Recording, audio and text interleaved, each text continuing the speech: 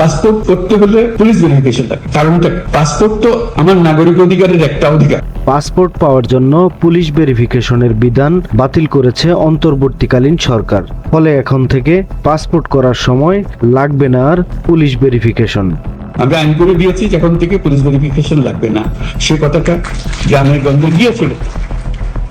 রোববার প্রধান উপদেষ্টা ডক্টর মোহাম্মদ ইউনূস রাজধানীর ওসমানী স্মৃতি মিলনায়তনে জেলা প্রশাসক সম্মেলনের উদ্বোধনী অনুষ্ঠানে এই ঘোষণা দিয়েছেন।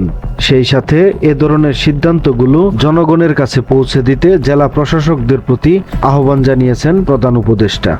তারিখ দেখে মনে হলো এটা পৌঁছে নাই, আমার বলার কারণে তারিখ দেওয়ার অর্থ হলে তো সুন্দর কাজ হয়েছে। তো বিষয়টি গণমাধ্যমকে নিশ্চিত করেছেন প্রধান উপদেষ্টার সিনিয়র সহকারী প্রেস সচিব ফয়েজ আহমদ।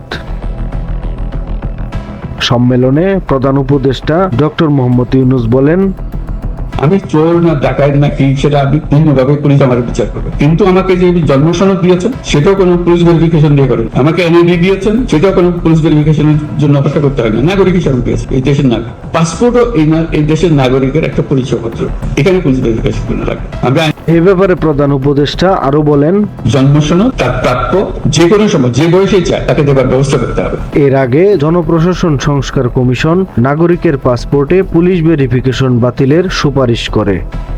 সময়ের কলম, নিউজ ডেস্ক।